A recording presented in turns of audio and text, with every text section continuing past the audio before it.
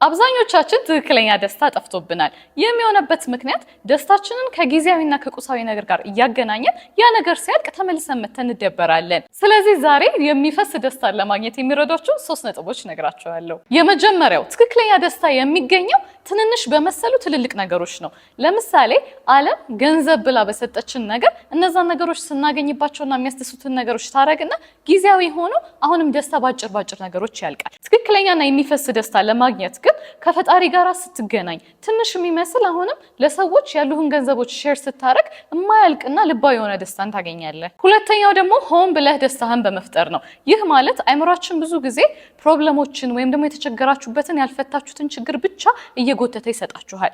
ስለዚህ እናንተም ሆን ብላችሁ ላይፋችሁ ላይ የተደረገላችሁን የሆነላችሁን ወደፊት ማድረግ የምትፈልጉትንና ጥሩ ሚሞሪዎችን እየመረጣችሁ አይምሯችሁን መመገብ አትርሱ።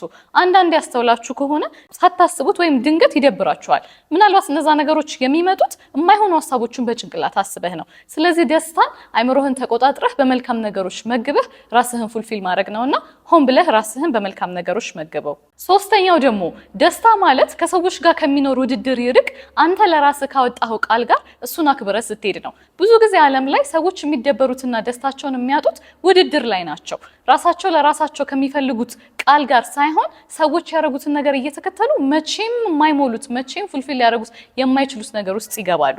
ስለዚህ ያንተን ፍላጎት ተረድተህ ቃልህን አክብረህ ለዛ ነገር ስትኖረው ራስህ በራሱ ለራስህ ቫልዩ ይሰጥና ደስታ መፍሰስ ይጀምራል።